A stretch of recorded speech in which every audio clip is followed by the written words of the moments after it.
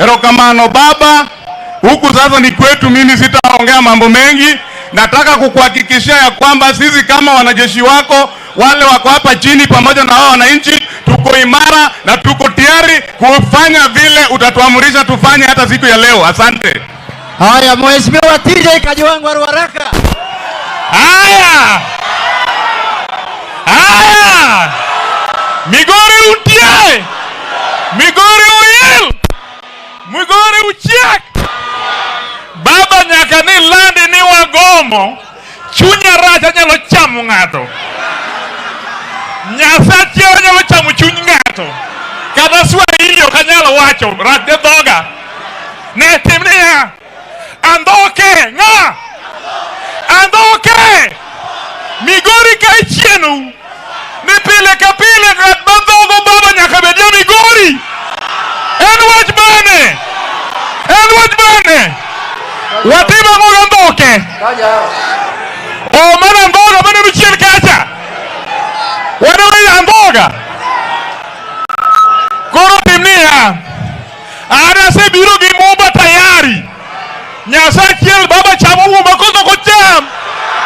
Baba chamo koso ko cham. O chamo nyaka buguer mar jadwe ndoga bano. Migori fire. Migori fire. Haya, Mheshimiwa Salasia ni mbunge wa Mumias East. Jeshi ya baba, muko salama?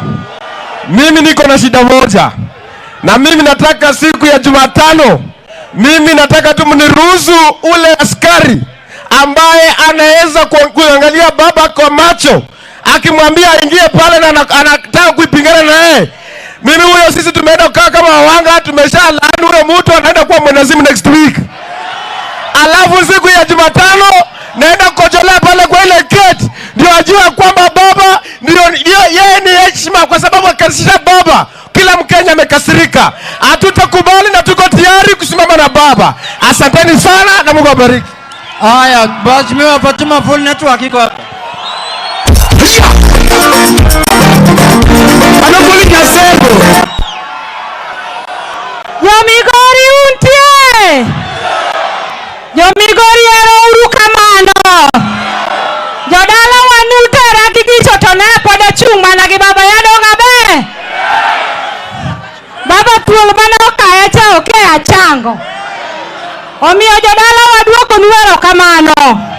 Gima dwani mondo wawachi. Wan kaka jo Migori, kaka jo Konagi. Baba mach mar ticket direct ni dariae. Gowa kogno mondine ng'ani gi ng'atcha. Omiyo an kaka nadonjo achungi baba tir kagicha. Jo Migori umo. When we were elected to go to the national parliament, our mandate was to debate issues. Today's parliament has turned to a room where they say yes and no, na wanapitisha vitu vile wanataka. Sisi tulichaguliwa tuende tuwakilishe wananchi na tunawauliza ndio tunakubaliana naye. Lakini kwa siku ya leo bunge imekuwa tu yes and no na wanapitisha. Na tunawaambia mhesabu masiku, Mungu halali. Na baba nakuambia mimi nilianguka mara 3 na Mungu akanisimamia. Mungu wako hajalala. Na Mungu wa watu wa Migori hajalala. Migori umo. Erokamano Ruoth Nyasaye obed kodu. Erokamano. Haya, sasa nataka kualika Babu Owino yuko wapi? Ongili.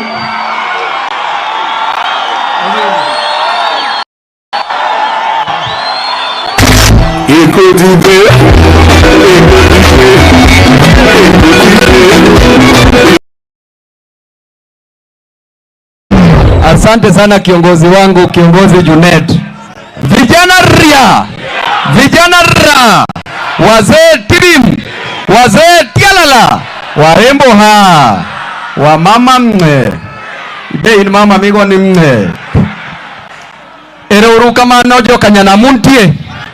Jokanyanam gimada kuongo wacho en oganda matin ma joluo moriwre ber moingo oganda mang'eny ma joluo mokere. Wan sani kaka wan joluo onego bed ni wariwre twago lweny adi. To lweny nen mar golo Ruto kanye. Golo Ruto kanye. Mara Rio Jokanyanam. Jana baba alitangaza mambo ya maandamano na mass action. Simlisikia? Mmekuwa mkingoja nini? Mmekuwa mkingoja nini? Mombasa wameanza, Turukana wameanza, mnangoja nini?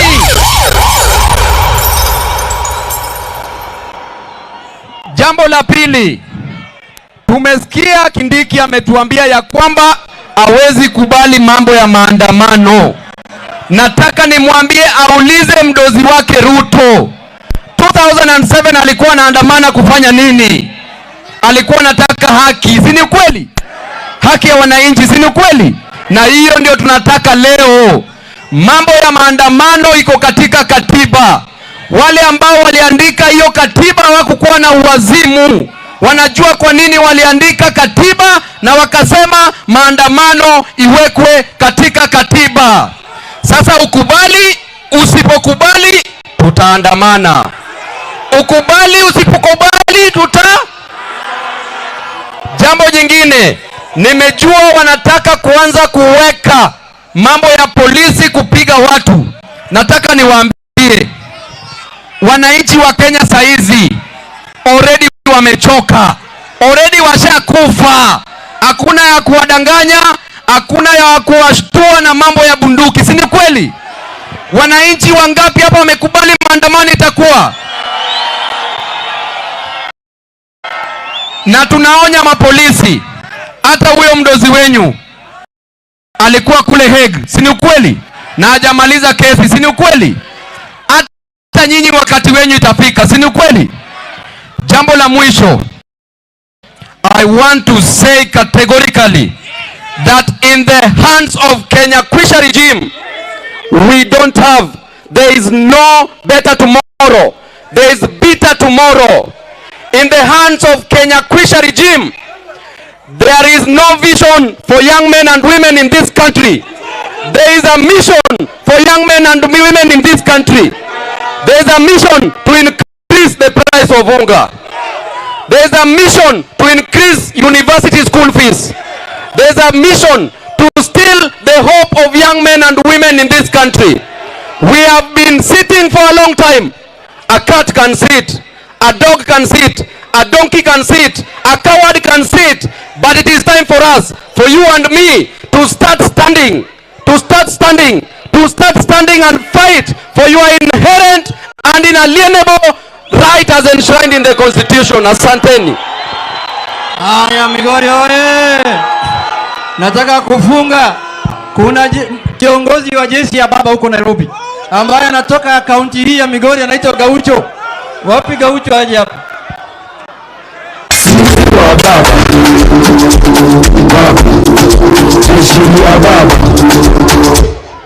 Wana Migori muko? Mimi ni kijana wenyu hapa. Mimi natoka hapa Rongo. Na unajua watu wa Migori wako kwa kichwa ngumu, si ni kweli? Wale watu wa Migori ambao wana agree na baba Raila Odinga ya kwamba kuanzia next week kufunga barabara, nataka kuona jeshi mkono juu ya hewa. Mimi nataka kusema kitu moja, ndio niongee na Kijaluo kidogo. Juzi niliona Ruto akiongea mambo ya maziwa na gas. Mali wa Kenya wamefika, Mr. President ama President Bandia. Wa Kenya wana haja ya kukunywa maziwa, wa Kenya wana haja na ugali. Ni kweli si kweli? Wale wa Kenya ambao wanatoka hapa Suna Migori, wengine wanapika na kuni, hawana haja na gas. Ni kweli si kweli? Na unafikiria sisi wa Kenya sisi ni wajinga? Main supplier ya mayai ni mtu anaitwa William Sabori. Kabla arudishe bei ya maziwa stili na gas, kuna yeye anasema yeye ndio chairman ya Masla. Kwa nini asirudishe bei ya mayai yake ikuwe shilingi 5 ili wa Masla wakule? Ni kweli si kweli? Na maliza nikisema hivi, Joturwauntie anakuwa huu nijo matemo saliti za Ludinga jo Migori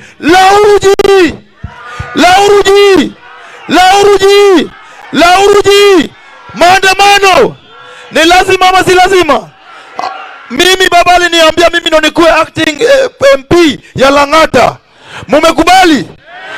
Kwa sababu Jalanga ameenda, alikuwa anakuja kwa mkutano na sema jeshi ya baba anasahau. Hiyo ni jina ya Raila. Si kweli? Tunataka kuja sema yeye ni jeshi ya Jalanga, tuone kama watu wanaserekea. Asante na Mungu awabariki. Haya, Moroko iko hapa. Kutoka Meru. Migori oi! Jina ni Moroko Mzafati kutoka Meru kule kwa Miraa. Umenikaribisha. Sisi kule Meru, rais ambaye tulimchagua ni Raila Amolo. Naibu wa rais ni Wangare Mama. Waziri mkuu ni Stephen Kalonzo. Sasa wakati wa NDC reforms walituma polisi wakanipiga risasi. Na nataka kuambia leo, ukisupport Raila Odinga, hata ukichomwa na moto inazima. Ukikatwa na kisu au katiki, ukikanyaga msumari inavunjika. Ukichomwa na moto inazima, na ukipigwa risasi inateleza. Migori wao walikuwa wamenikanyaga mpaka nyindo, lakini njana nimelala hapa na nimeenda road test, niko sawa. Wakenya wao, mimi nataka kumwambia Ruto, tutakuwa na maandamano na tumesema kule Meru hiyo siku ya tarehe 20 hakuna mambo ya kufanya mambo ya miraa ama biashara yetu tumesimamisha. Mpaka tuhakikishe tumetoa Ruto Ikulu. Sawa sawa? Na tena tunamtoa pamoja na Britain na Amerika ambao walimsaidia kuiba kura ya baba. Wakenya wao, siku ya maandamano itakuwa biashara imefunguliwa, si ndio? Watakuwa wengine wasaliti watakuwa wamefungua hoteli, sio? Wengine watakuwa wamefungua duka, sio? Wengine watakuwa na mambo yale eleweki, sio? Sasa nyinyi kama wananchi ndio mtaamua maandamano itakuwa ya aina gani. Sawa sawa? Sawa sawa? Maneno ya mwisho. Nataka nikisema kitu unasema free. Sawa sawa? Katika serikali ya baba tulikuwa tupate elimu ya tulikuwa tupate mwalimu wa matibabu, chakula, maji, stima, bibi, mimba, kila kitu. Ruto lazima aende. Mungu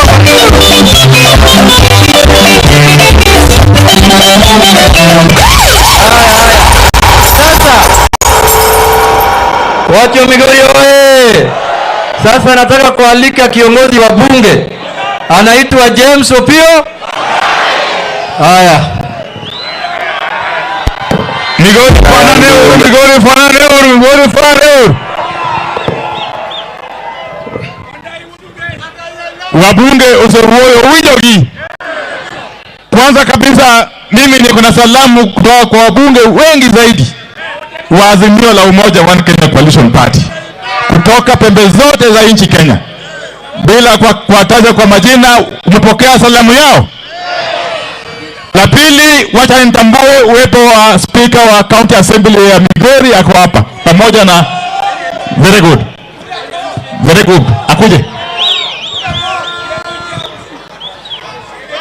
Wacha nitambue MCA wa eneo hili wa Sona Central. Migori oye! Samaruto podu mango manga Karen. Raila Odinga di mango Ruto State House Nyasachiel. Tuko hapa Mheshimiwa Junet, maana wewe ndio kiongozi yangu hapa. Naomba tu wasimame ujue MCAs wako hapa. All the MCAs from Migori County. Chunguru malo tenike chunjoke baba. Baba unenogi? Dako pamnege. Na pia tuko na speaker yetu hapa, gavana atasema Mheshimiwa wino liko chungaji wejioneni. Woda kothi ni kanya dogo nene. Jaduomo chilo ni kaa. Beuneno chilo. O chilo jetana baba tinge barikon baba no chilo to marwa. Baba gimwaku wai.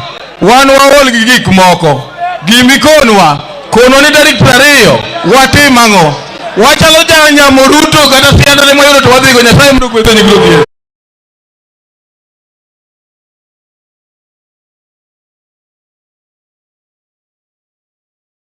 To baba nyose goyo firimbi nyoro nyowinjo.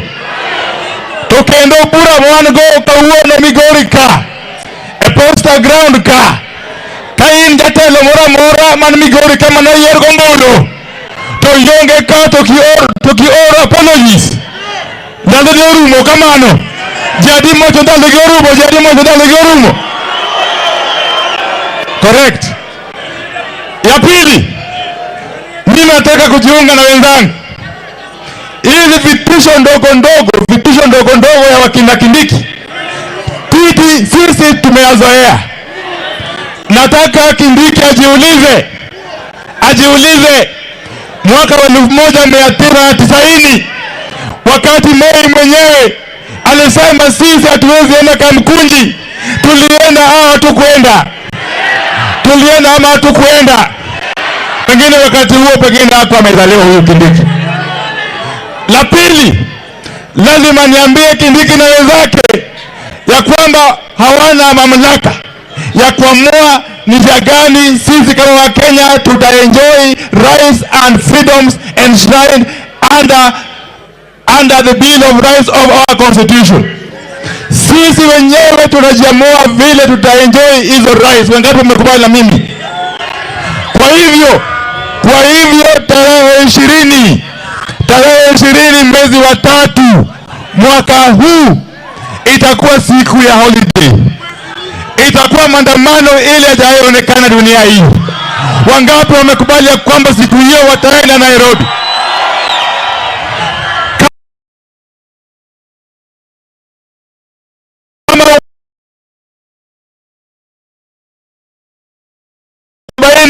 Siku hiyo ukuje utushike. Sawa sawa. Mwenyezi Mungu awabariki, asanteni sana. God bless you. Sasa mbunge wa Nyatike Mheshimiwa Tom Odege ametuma apology, ameenda ng'ambo kwa mkutano union. Mmepokea? Mbunge wa Rongo na Uriri hawajatuma apology. Hawa hawajatuma apology.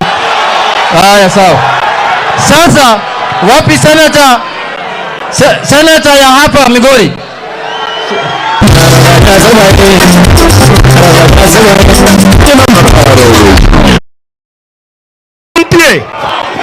Jo Migori umor ya ung'enjo dalawa wea ne joge baba gi lwetgi kama joge baba kawuono kendo dichienga agolo erokamano kinde ka kinde kuom mako bada kendo mako lang baba te mogona gi ombulu. Une bosses magwa donga dier to un bosses magwa to jacha no wuondo. Naenda kusema kwa kiswahili ya kwamba baba, vijana wako hapa na wako na njaa. Hawa vijana wengi wao katika bodaboda na ule jamaa aliwadanganya, na kwa sasa watu credit inawaua na pesa ya kila siku. Ili pesa ya pikipiki iende chini, baba lazima asimame ama namna gani? Na ili pesa ya Pampers iende chini, baba lazima asimame ama namna gani? Na ili pesa ya unga iende chini, baba lazima asimame na sisi ama namna gani? Leo nataka kuambia ya kwamba kama wana Migori, baba Raila Amolo Odinga ametupigania. Omiyo ng'amando go baba to konya yieko. Do mana dier. Baba ado nyisini ya. Keto chila yako piny.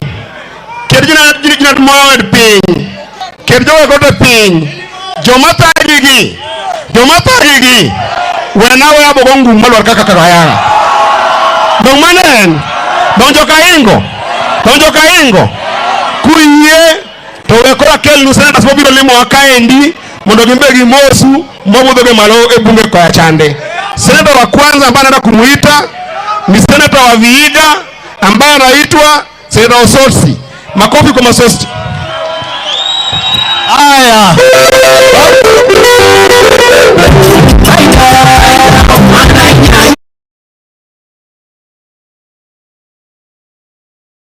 Murembe. Hebu tusalamiane kwa hewa. Asante. Mimi ni Godfrey Ososi, seneta wa Vihiga. Na mimi najua hapa Migori muko na kabila mingi. Hata watu wangu wenye walitoka Vihiga wako hapa Migori. yangu ni fupi. Ya kwanza, nimesikia yule jamaa ambaye anatoa sauti kama ya msichana mdogo, anaitwa Kindiki, ati anasema anatisha baba. Kindiki anaweza tisha baba? Ati anasema kwamba polisi wavuje maandamano yetu ya amani. Ninataka kumwambia Kindiki leo kwamba hata kwa hiyo police force, hata kwa hiyo army, watu wa baba wako ndani.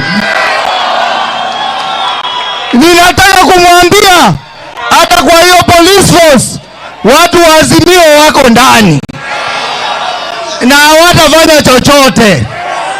Jambo la pili, nimesikia wenzangu wakisema hapa tuna wabunge wengine walienda kule State House. Niliwauliza kwa nini mulienda State House? Wakaniambia nyinyi watu wa Migori muliwatuma watafute maendeleo. Muliwatuma wakwenda wapi? Sema wakwenda nyumbani. Wakwenda wapi? Wakwenda wapi? Ya mwisho, sisi tumetoka huko Western kwa Waluya, na Waluya wako imara nyuma ya baba Raila Amolo Odinga.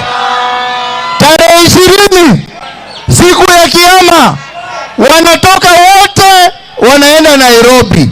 Nyinyi mtakuja Nairobi? Wangapi watakuja Nairobi? Asante sana.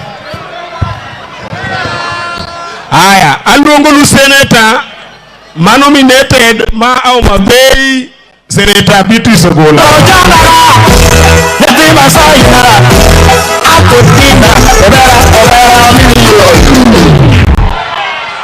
Jo Migori utie be uchiek. Iluonga ni Senator Beatrice Ogola ma e dhaka chiel ma boe lach moromo ting'o piny te. Hello? Hello? Hello? Hello? Hello? Hello? Jo Migori utie. To kaluwore gi kaka dhako ma boe lach ane acting senator ma Kisumu. Jo Migori awachnue, Kindiki ok nyal buogo baba nekech Kindiki pok ogo kata dhako mowinj nogo dhako kata di achiel. Hello? Hello? Baba Raila Amolo Odinga nyocha wawinjo kaka Chietho owacho ni Kenya ka sani en company. To ka en company, Ruto nigi milion 5, Azimio nigi milion 8, tarik 20 wakao milion 8 wadhigo. Uye? Uye? Erokamano. Kora luongo lu senator ngonya kwa nyakwamba Moses Kajwang'. Erokamano Edi. Okane jok manomiyo baba ombulu Migori ka. Ingeni Beatrice Ogola wacho weche madongo, weche manyalo chiego jok madongo. To baba speaker ma Homa Bay bende nika, MCS ma Homa Bay nika, governor ma Homa Bay odhi wuoth to jo Homa Bay osewinjo firimbi mane baba goyo. Tarik 20 wadhi Nairobi gi bus miluongo ni MDD. Uwinjo chama manyien mwadonje no iluongo ni MD Luona kendo bas Kenya ka wangi presidents ariyo. Achiel iluongo ni President Bonoko to machielo be President of the People.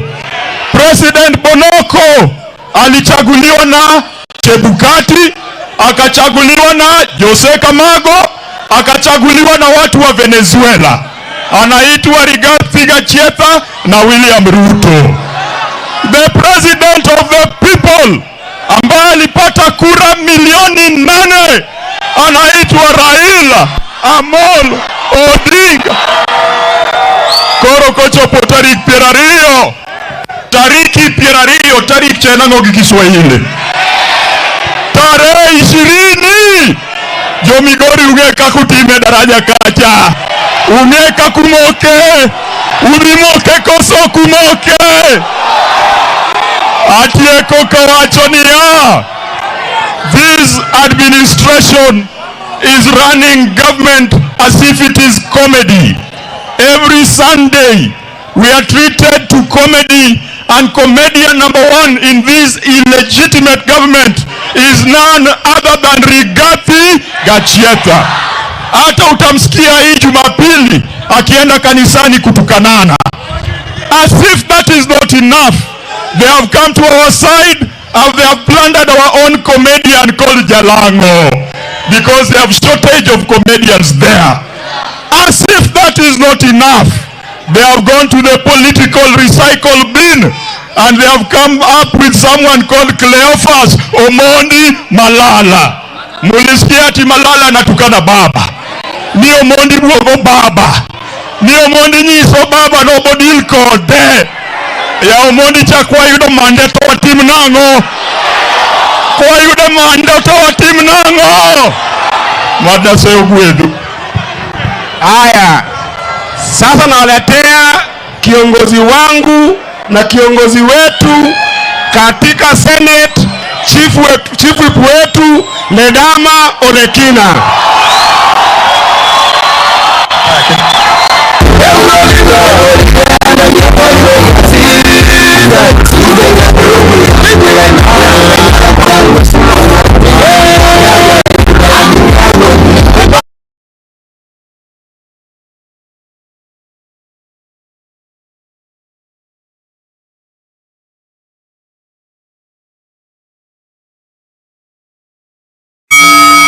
Aya, Migori ontie. Now, adowacho ni gini malero. Baba, hebu sema hivyo tena.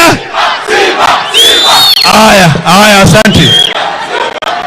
Mimi nataka munisikize. Baba amesema sawa oso chopo. Ama namna gani? Wakati ni nini? Sasa wakati ni nini? Ukiangalia mwenzako ambaye unakaa pamoja na yeye ni kijana kama wewe, ambaye usiposimama wakati huu, my friend, kesho utakuwa na baba kukutetea. Baba amepigwa na jua kwa sababu yako. Hiyo miaka yote sisi tumefika hapa kwa sababu ya baba Raila Amolo Odinga. Yaani Migori, na mimi najua Migori iko wanaume kabisa. You want to tell me mutaacha baba aendelea kupigwa na jua? Basi kama nyinyi mandume, wakati ni sasa, na tarehe ni 20 mwezi wa ngapi? Wa 3. Tumesema na katiba inatupatia. Katiba inasema power to the what? To the people. Article number 1 ya constitution ya Kenya. Na ile sisi kama viongozi wenyu tuna serve in under your nini? Mercy. Unasikia? Mimi nataka kuambia, siku ile nilisimama kupigania haki ni kwa sababu nimejua ile shida yote baba amepitia miaka yote. Si ndio? Sasa munisikize. Na munisikize vizuri. Umeona baba ako hapa, umeona Martha Karua ako hapa, umeona Kalonzo Musyoka ako hapa. Mnafikiri watu ambaye hawana mali yao? Hao wamejitolea kwa sababu yenu. Na sasa hii Kenya ni yenu.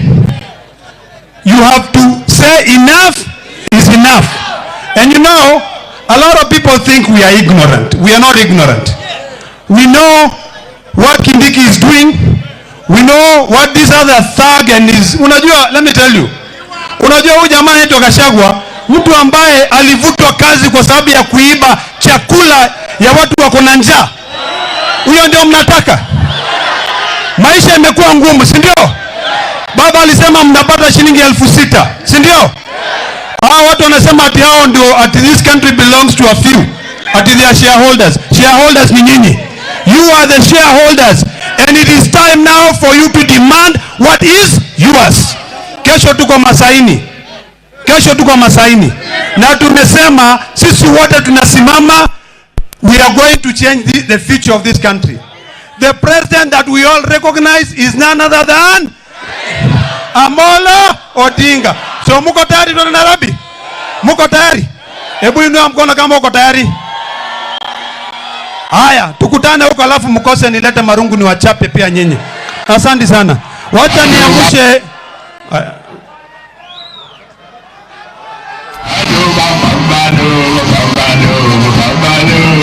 Mfuasi mkubwa wa chama cha ODM na hata sawa. Haya, sasa sikiza. Wajakoya unajua ni party leader. Simu relax. Simna relax. Unajua hii, this is your struggle. Baba anasaidia sisi tu. Sasa baba ameamsha vijana. Na ndio jana alilaunch kitu tunaitwa MDB. Sasa mimi nataka kuita hao MDB wakuje hapa ndio nyinyi muone mpate mtisho ama namna gani?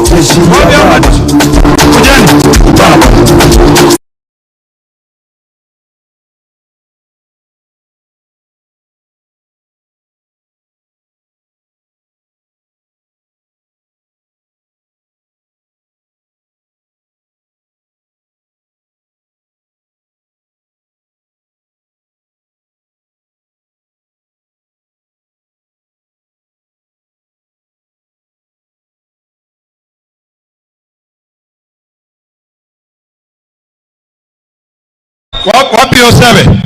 Wapi Osewe? Osewe? Osewe? Osewe? Osewe bika. Kuja haraka.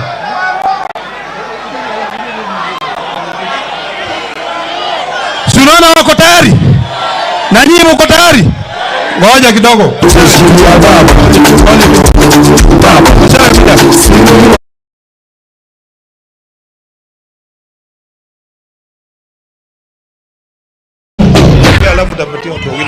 Okay, sawa.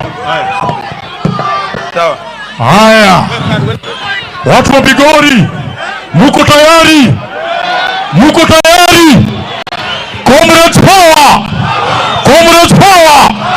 Watu wa Migori, mnajua ya kwamba leo tuko na baba. Si ukweli? Ni ukweli.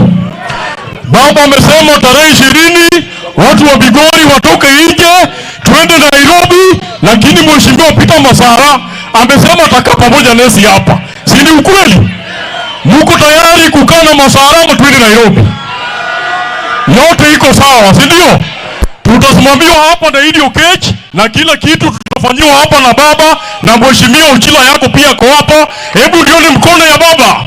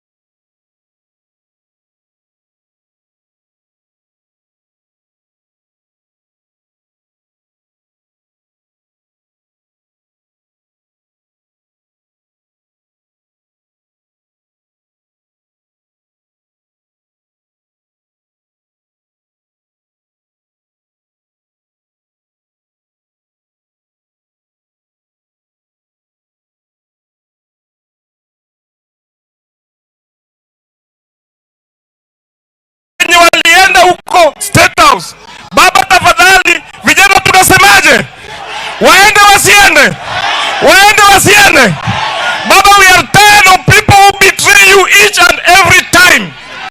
Ya mwisho, baba nasema hivi, nilisikia mtu anaitwa kijana mdogo anaitwa Malala. Who is Malala in this nation? Anasema ati sisi vijana before uajiriwe lazima ukuwe mtu wa UDA. Kweli si kweli? Hatuwezi kubali kitu kama hiyo. Sawa sawa. Vijana power. Vijana power. Haya. Ya mwisho, baba na kiongozi wetu Ochila yako, tunaomba hii grounds leo ikuwe renamed to Raila Odinga Grounds. Itoke Posta Ground ikuwe Raila Odinga Grounds. Ndio. Haya, asante sana. Haya. Alafu tukaribishe mrembo, unaona? Haya, karibisha.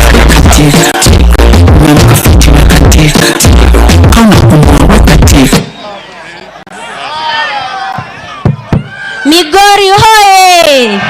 Migori hoye! Viva Migori viva! Wanayouth wamekuwa katika protest since 1963. Sio kitu imeanza juzi. Na haya maandamano ama protest ilizaa matunda. Nataka kuambia hivi wanayouthi, you have to be brave. You have to be brave today. Kwa sababu Chebukati aliiba kura za baba. Akapewa pesa akaweka kwa tumbo yake. Na tunaziendea State House. Ruto ni mwanamume tu kama baba. And I will repeat that confidently. Ukiitwa Nairobi, usiogope. Resist everything. Abolish the stupid rules. Wakisema right, sema left. Baba ndo the end. Akisema right, tunaenda right. Na mimi kama generali wa baba wa kike, mimi nasema hivi, every time that we have things that disturb the Kenyans, baba ndo simama na sisi. Usitishwe. Asante Migori. Haya, asanteni sana. Sasa wacha nimkaribishe Governor wa Migori. Ama namna gani? Si mko tayari? Haya. Your Excellency, wapi Migori?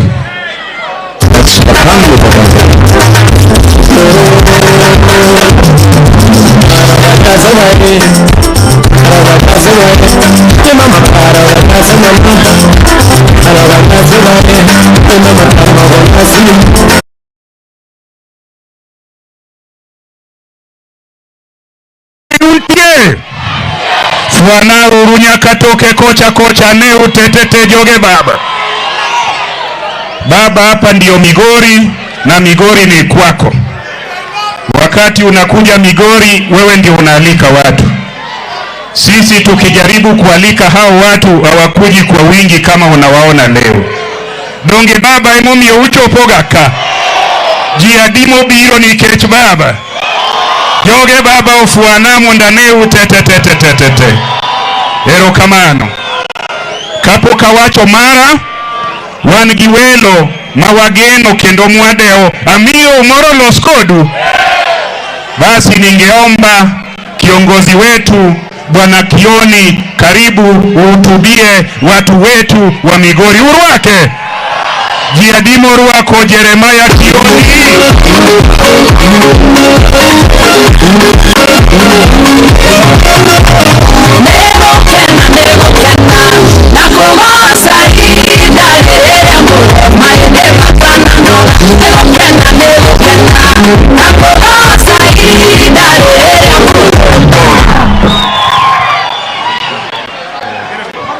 Watu wa Migori, untie.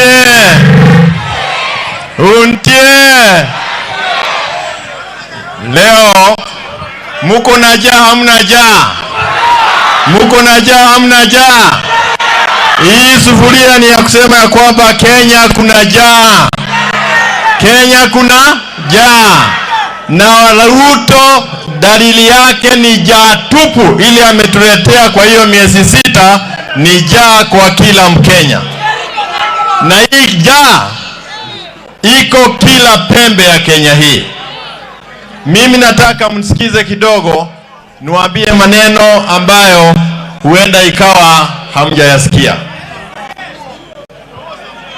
William Ruto akienda kule Mount Kenya, kazi yake ni kuhakikisha kwamba watu wa Mount Kenya na baba wako bali, wanakaa kado. Akienda kule analeta matusi ya baba kwa Mount Kenya. Lakini wakati umefika, na sasa sisi wote wa Kenya hapa Migori na hata Mount Kenya tuko na lugha moja ya kusema ya kwamba sisi wote tuko na njaa. Halo? Sisi wote tuko na njaa. Na kule Mount Kenya kuna watu ambao nasikia wanataka, ama hii inaitwa nini, Supreme Court, wamenipeleka kotini ati kwa kusema ya kwamba kura ya baba iliibiwa. Iliibiwa haikuibiwa? Iliibiwa haikuibiwa? Kura ya baba Kenya hii ilikuwa milioni 8.1 million votes. Hii kampuni ya Gachiera na William Ruto kula zao zilikuwa milioni 5.9, 5.9 million votes. Sababa zenye waliiba na hiyo 5.9 ya Ruto ni pamoja na furisa yake, alikuwa amefurisa pale. Kula ya baba ambayo waliiba ni kula milioni 2.200,000. Mount Kenya msikize, kwa sababu mimi najua hapa ya kwamba kula zenyu zilimiminika, zilinyesha kama mvua, kama vile baba anasema, kuingia kwa baba. Kweli si kweli? Kweli si kweli? Mount Kenya pia walimpigia baba kula milioni 2,600,000. Chebukati akaiba milioni 1.8, 1.8. Akasema ya kwamba kule ya baba Mount Kenya ilikuwa only 800,000 votes. Na ndio nataka kusema leo hapa, ya ukweli ni kwamba haya maandamano ambayo baba ameitisha na ambayo tunakubali hapa Migori, mnakubali au mkajakubali? Tuone kwa mkono juu.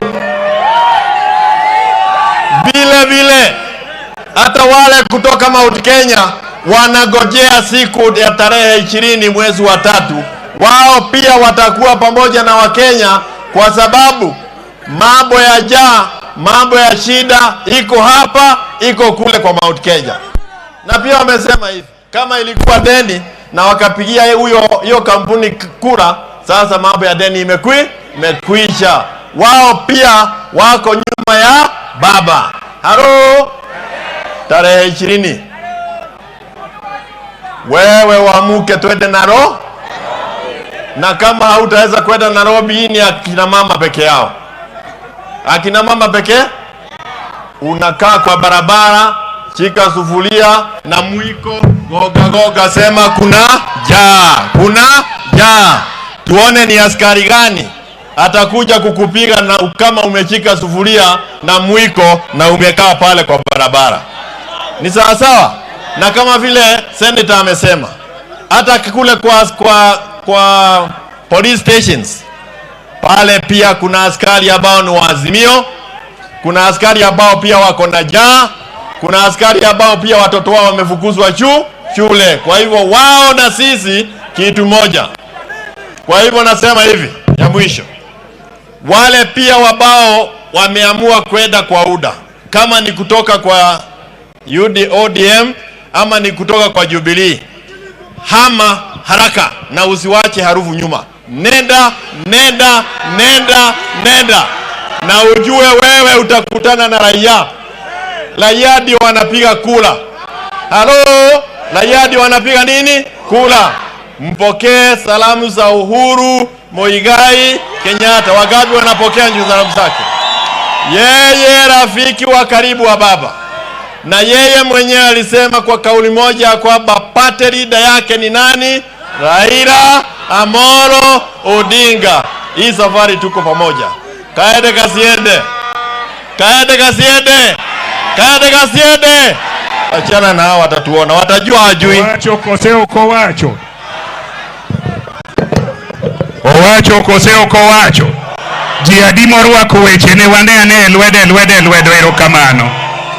Nafasi mabiro ni amiyo wakili waziri Eugene Wamalwa majakom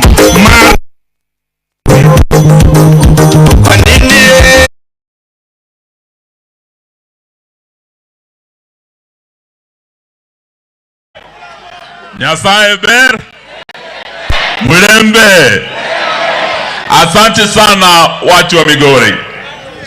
Kwanza ni washukuru sana huyu gavana wenu, huyu jamaa alikuwa classmate wangu University of Nairobi. Nataka niwashukuru sana kwa zile kura mlimpa awe gavana wenu. Erokamano ahinya. Vile vile niseme asante kwa kijana, the youngest senator, AD. Leo tumekuja kusema asante kwenu kwa kutupa one of the sharpest and youngest senators in the Senate of the Republic of Kenya. Lakini zaidi tuko hapa kusema asante kwenu kusimama na baba. Na leo tunataka tuseme tukiwa hapa Migori ya kwamba tunaamini Raila Amolo Odinga tarehe 9 mwezi wa 8 2022 alishinda hii kura. Wangapi wanaamini hayo? Na leo tunataka tuseme hatutakubali mambo ya vitisho Kenya hii, sababu tayari tumeanza kuona siasa ya vitisho. Jana Raila Amolo Odinga, kiongozi wetu, ametangaza the next phase of the struggle, ambayo sasa tunaanza maandamano. Na sisi tulitoa ilani ya siku 14 tarehe 22 Februari kule Jivanji. Ruto ashukishe bei ya unga, ashukishe bei ya mafuta, ashukishe bei ya stima, ashukishe mambo ya rent na hata school fees pia. Hayo mnaunga mkono? Na hizo haki sio eti ni haki mnapewa na Ruto, ni haki zenu za kikatiba. Na ndio sababu hii katiba, na sisi hapa timu ya baba ako na wanasheria wengi sana. Kando na mimi na classmate yangu Chila yako na TJ Kajwanga aliyekuwa classmate wangu, niko na mwalimu wangu wa sheria hapa, Governor James Agri Boborengo, mwanasheria kali kabisa. Tuko hapa na Stephen Kalonzo Musyoka, ni mwanasheria senior counsel. Tuko hapa na Martha Karua, senior counsel. Tuko hapa na Wajakoya, mwanasheria kali kabisa. Kwa hivyo tukija Migori leo, tunataka tuambie wale wanaanza siasa ya vitisho ya kwamba muache vitisho. Tumeona Kindiki akianza kutoa vitisho jana juu ya maandamano. Katiba yetu kipengele cha 37 cha chupa haki. Tukutane Migori siku ya leo, tufanye maandamano, bora tufanye maandamano ya amani. Mimi ya 14 sasa tumetembea Kenya yote, Ukambani, Nairobi, Western, leo tuko hapa, tunaenda Mombasa. Yote imekuwa ya amani. Kwa hivyo askari wetu tunawaambia hii phase ya maandamano ni haki yetu. Msitumie vibaya na Kindiki na Bwana Ruto muumize wa Kenya, ni haki yetu. Sema haki. Haki kuandamana. Mko tayari tuandamane? Na tarehe 20 will be the apex. Hiyo ndio itakuwa climax. Msingoje tarehe 20. Tunataka tusikie tukitoka hapa maandamano yameanza Migori mara. Tushukuru sana Gavana Nyong'o. Tumeona kule Kisumu maandamano yashaanza. Pongezi Gavana Nyong'o. So hiyo ndio kazi tunataka tuone siku ya leo, na tukomeshe mambo ya vitisho kutoka kwa Kindiki na hata mahakama. Tumeona ndugu yetu Kioni eti anashtakiwa ati Supreme Court ameikosea heshima kusema Raila alishinda kura. Kenya hii watu wa Migori tuna mikoa 8 ya zamani. Huu mkoa wa Nyanza Raila alishinda hakushinda? Western kwetu alishinda yote. Pwani Raila alishinda, Mombasa akashinda, Northeastern akashinda, Ukambani akashinda. Hii tukisema ni maoni yetu, tuna haki. Hatutaki mtu aguze Kioni kwa kutoa maoni yake. Sawa sawa? Tuko pamoja. Hiyo ndio jambo limetuleta hapa, tutembee pamoja. Na tujue ya kwamba mabadiliko hayaji bila ninyi kujitokeza. Jaramogi alitoka hapa, akatafuta Masinde Muliro kule kwetu, akatafuta Ndenge kule Ukambani, alitafuta Bamariz kule Pwani, wakatembea pamoja, wakaenda Kamkunji, wakapigwa tear gas, ndio section 2A ikatolewa. Mabadiliko yakaja Kenya. Mtu asiwaambie maandamano ni mabaya. Without pushing, there will be no change in Kenya today. And we have started the next phase of the struggle. Watu wa Migori, mko na sisi? Mkiitwa Nairobi mtakuja. Tukisema B, mtakuja Nairobi. Mtakuja. B. Tarehe 20 B. Asanteni, karibu, Mungu awabariki. Asante sana Mheshimiwa Wamalo. Hao watu wanaimbanga wangni wabiro, wangni wabiro. Hao watu sio waoga. Basi kabla niite kiongozi mwingine, Speaker wa Migori, hebu simama ujulikane. Wantie kagi speaker liko wa ukuru wake gilwedo kanyo. Erokamano. Wantiere kagi members mag county assembly te tungane uru mondo koro ubende jakomo ng'eni untie. Urwako members waheshimiwa mag county assembly ma Migori. Urwako gi. Wantiere kagi speaker Mahoma Bay, Speaker Mahoma Bay ibecha kichungu jo Migori ong'eni gintiere. Tunawajulisha kwa wananchi ili wananchi wajue ugatuzi, serikali ya ugatuzi. Waheshimiwa wa eneo ya ugatuzi jimbo la Nairobi, hebu amkeni muonekane kama mko hapa Nairobi. Asante sana, asante sana. Na vile vile baba, watu wako wa ndani kabisa, viongozi wa ODM kwa jimbo letu la ugatuzi la Migori wako hapa. Hebu enukeni juu muonekane. Jo ODM nitie kanyo, erokamano, kaeni chini. Asante sana. Sasa kwa heshima nataka kupeana nafasi kwa ule gavana. Ule gavana tunampenda, amestaafu, lakini yeye ni kiongozi, tunamtambua. Gavana Wycliffe Ambetsa.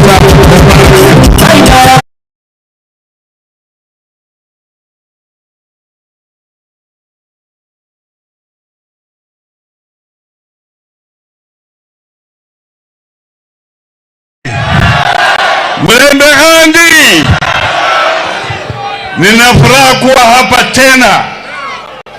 Hii ni mara yangu ya 4 kuwa hapa nikiwa na baba, lakini nashangaa sana watu wakija hapa kuongea mambo ya Malala. Unajua Malala ni mtoto ambaye hajijui, hajielewi mwenyewe. Mimi ndio ninamjua. Alitaka kuwa gavana wa Kakamega, tukamwambia wewe pato huko na maziwa ya mama kwa mdomo, uende wapi? Yeye hajui, anatumiwa kuua ANC na kuua Fort Kenya. Waingie kule, wawekwe kwa box. Wakifika 2027 sasa hakuna ANC, hakuna Fort Kenya na UDA kila mahali. Na sisi tunataka ende hivyo, tukutane na yeye Mungu akijalia wakati huo. Tuko pamoja. Mimi nimekuja hapa tena Migori. Kwanza watu wa Migori mlipiga kura vizuri sana. Kwa wale wabunge wote wa MCA na mkapiga kwa baba. Kura ya baba ilipofika kule ikaibiwa, si ndio? Na Chebukati.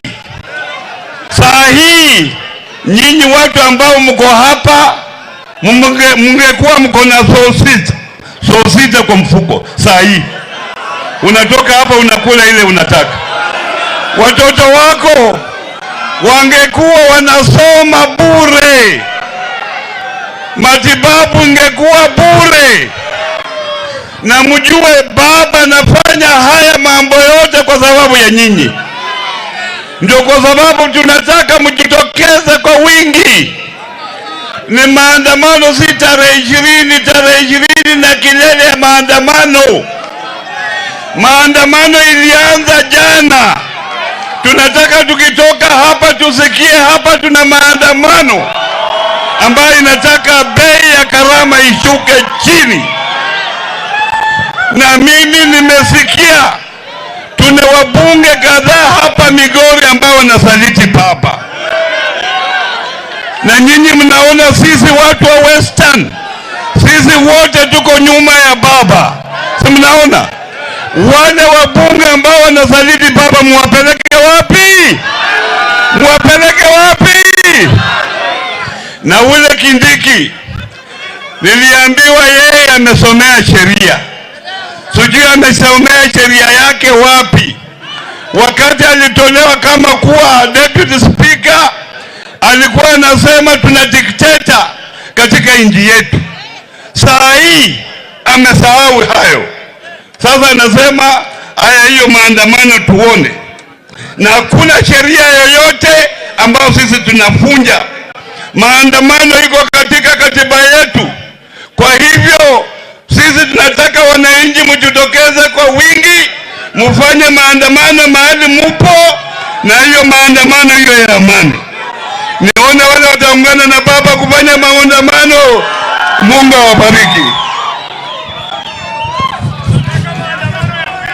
Owacho koseo kowacho. Ber koseo kuber. Adwa nyiso wan gi wendo moro to ko biwuoyo, tuko na mgeni lakini yeye atapungua tu mali yako kutoka Kiambu. Bwana Kamau, fuafua ya kama baba nyalo miye thuolo mondo uo. Tumeshukuru sana. Niko hapa na Deputy Governor wa Migori County. Hebu njoo hapa mbele. Wewe ni kiongozi wa eneo hii na wewe uko na sauti. Sema tu jina yako alafu nirigeshe microphone. Asante. Wana Migori hoye. Bamba Raila Amolo Odinga, Your Excellency Martha Karua, Your Excellency Kalonzo Musyoka.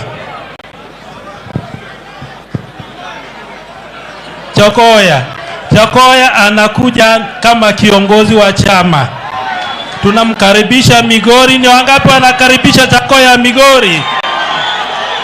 Kwa hivyo karibuni Mheshimiwa Chakoya na baba. Sisi kama wana Migori tunakuashua kwamba tuko pamoja na tutatembea na wewe mpaka mwisho. Asante sana. Karibu Your Excellency. Uruake wane anelwedo Migori kaingeni wan ji anyuola mopogore kopogore. Donge mano ber. Wadhi mana nyime. Wan tiere gi governors ka to kendo wan tiere gi Wajakoya. Chak gi kanye. Wach matek. Wach matek. Aita bi kir governors. Adwa wach achiel aita luongo Wajakoya aito modong wadhi piyo. Wale walikuwa nataja jina ya Kithure Kindiki. Unaona hao watu au vijana nao kina mama. Hapa kuna msemo mwingine KISII gindikni. KISII gango. Hao watu wanapenda hiyo mambo. Kwa sababu ukitaka kuzaa mtoto una KISII na unaandikni. Wanaipenda sana. Kwa hivyo mimi ningemwambia atafutie njia nyingine. Akileta hiyo KISII gindikni atakutana nao wengi kabisa. Donge kamano. Donge kokelo KISII gindikni to gik mang'eny nyalo timore. Omiyo odhi mos ng'ora. Kwa sababu maandamano iko ndani ya katiba. Sasa Wajakoya.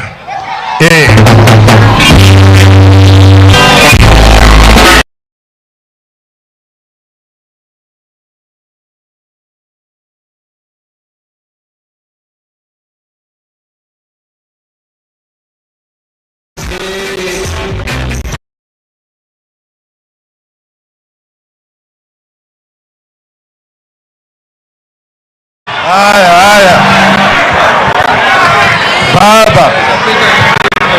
Baba nika kudo siep na miluongo ni achilo. Yako osiep na. Ani iluonga ni Wajakoya. Ani wuon Roots Party. Ani wuon yath. Ng'e ikweth. To nyocha winjo nika Migori ka. Awinjo nika ni mayamo ntie mang'eny makwetho kon kod kon to yath wuok nkacha. Tokoro baba dwana penji gimora chiel. Ingen kakan wachung kod baba. I think I will speak in English for the benefit of those who are here. Kose, Baba won the election. I'm now speaking as one of the 54 men and women who are saturated 4. Out of the 4 we campaigned. Some did not campaign, some were stealing, some were putting what they wanted to put. But the man who won the election in this country, and I'm here to testify, was Baba Raila Amolo Odinga. And for the first time also I want to say this. I was number 3, but my votes were also stolen. And I want those to hear me that don't just talk of Baba's votes being stolen. I was stolen and my votes were stolen, but I refused to enter the box. Now let me bring you to the following attention. How can you steal from me and then you expect me to come and kneel before you to look for a job? Baba nimekataa. Walinipatia $1,200,000 at first, and that woman who is now a member of parliament, I'm naming her in my book, she brought me 200 million, and Baba, I've never told you this, and I refused that money because I cannot sacrifice democracy. I cannot sacrifice democracy. And now, recently, they were planning to arrest Babu and Olekina. They were supposed to be put inside this week, and then a cabinet secretary, a cabinet secretary was supposed to be sent to me to come and convince me not to join Baba. I informed Baba because I have a duty and responsibility to inform my leader. Raila is my leader. I could be the party leader of Roots Party, but Raila is my leader. Because himself, and give me time please, me and Raila will go a long way, which I don't want to mention today. So some of these juveniles who did not know the struggle, who did not understand that I was also shot and I walk with a bullet in my hip, who did not know what we did with Gitobu Manyara, who did not know what we did with James Orengo, who did not understand what we did when we were in exile, who did not understand what messages we were sending in here, who did not understand that when we stole records that we gave to Raila in London concerning the death of Dr. Robert Uko, and Raila is here and he will tell you, so that those who say that I don't know him, to hell with them. Raila brought those documents, and in the afternoon in Parliament, before they were tabled, there was Mheshimiwa Ndetei. James Orengo is here. Am I lying? Mheshimiwa Ndetei and James Orengo, who sneaked those papers in Parliament and tabled a motion to who we had named to have killed or murdered Dr. Uko. Am I right, James? And to those who do not understand, let me bring them to this attention. If Baba took over today, the first thing I'll ask Baba is to legalize weed.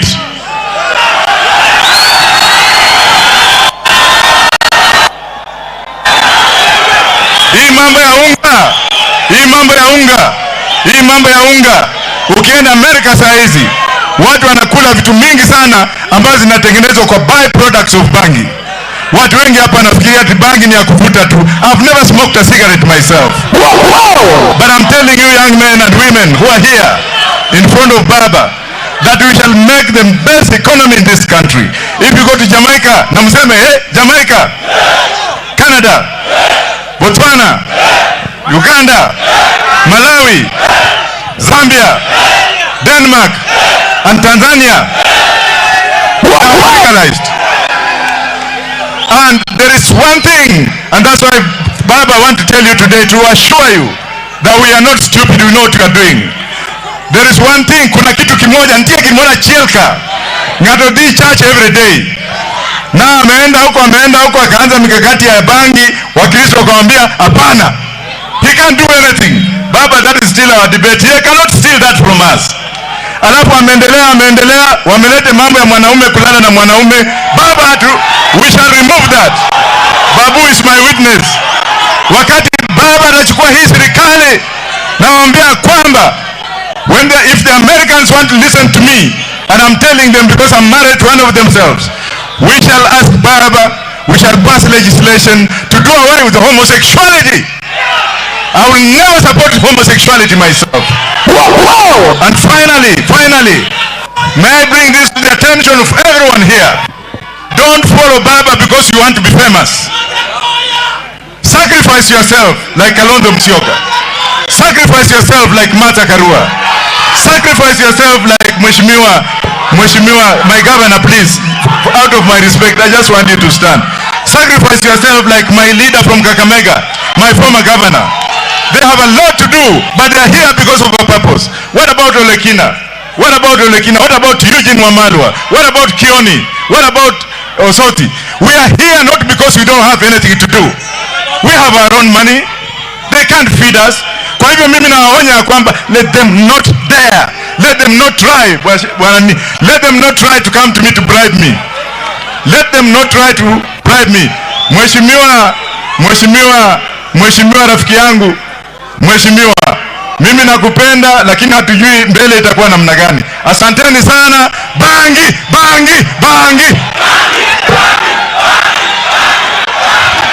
Asante sana.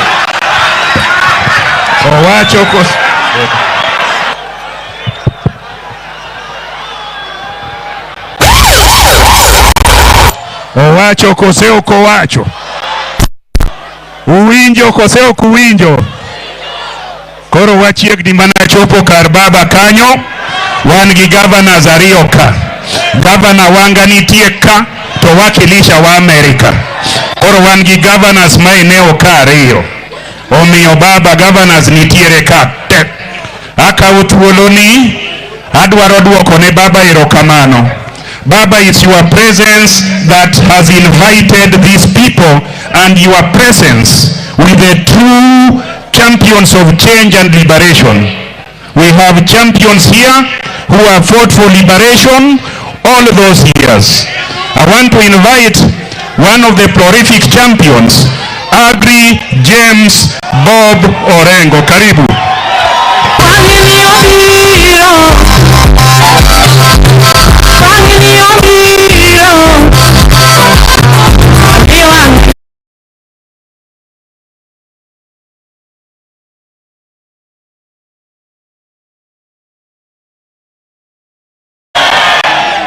Migori oye! Jo Migori team! Jo Migori tiara! Ni the People's President Raila Amolo Odinga. Ni Deputy President Martha Wangari Karua. Ni Prime Minister Marwa Kalonzo Musyoka. Ni jatelo miluone Wajakoya of the Roots Party. Anan gi matina nyamadwa wacho winja. Unyalo winja. Mokwongo akelo no mos moa Siaya. Jadi mokawo mos moa Siaya. Wabende Siaya wadwa timo rally tich ariyo aluongo Siaya. Chon kane nitie muya marach maringe gweng' gotieno, kata jochiende maringo gotieno, tinigo nigi nyawawa. Ewe na orengo bilu ani nyawawa. Adwa nugo ni Ruto nyawawa. Ruto Gachieso. Apenjo Migori ka. Igen kata chiki somo, and there are many lawyers here.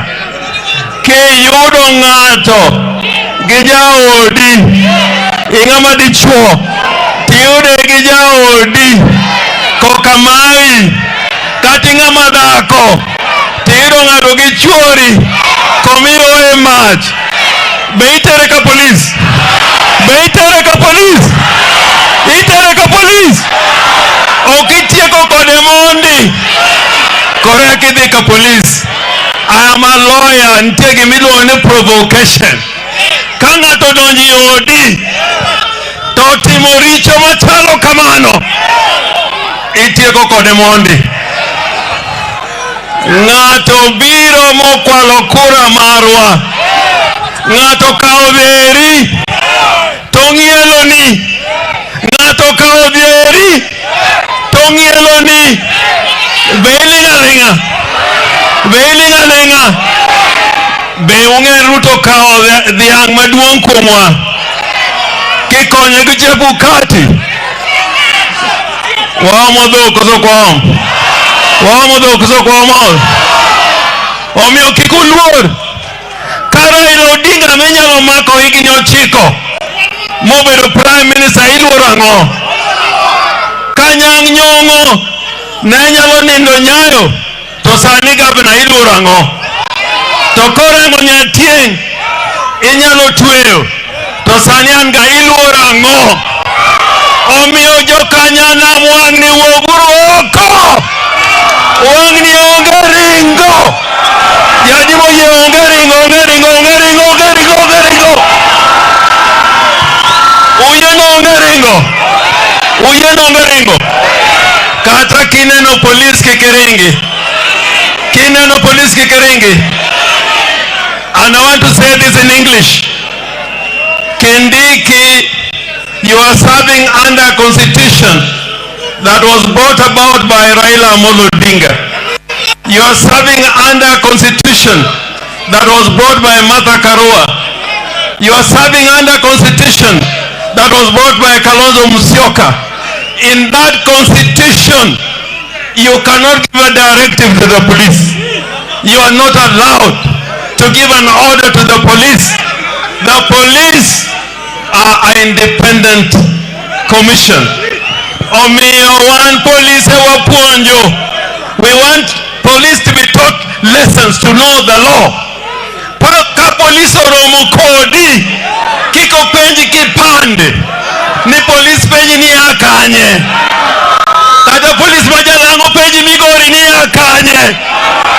Wate ilma iti odang ni akure. Migori untie. Migori untie.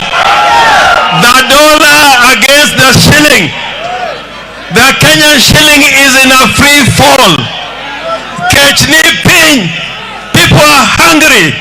A president that cannot save people from hunger is a useless president. A president that when there is banditry in Turkana, he cannot stop it. That president is useless. And I can tell you, we have seen many presidents. We have even seen Amin Dada, Omiyo Ruto. We are telling you, we are not afraid of you. We are coming. We are coming. We are coming. We are coming. Jadi mabiro. Come.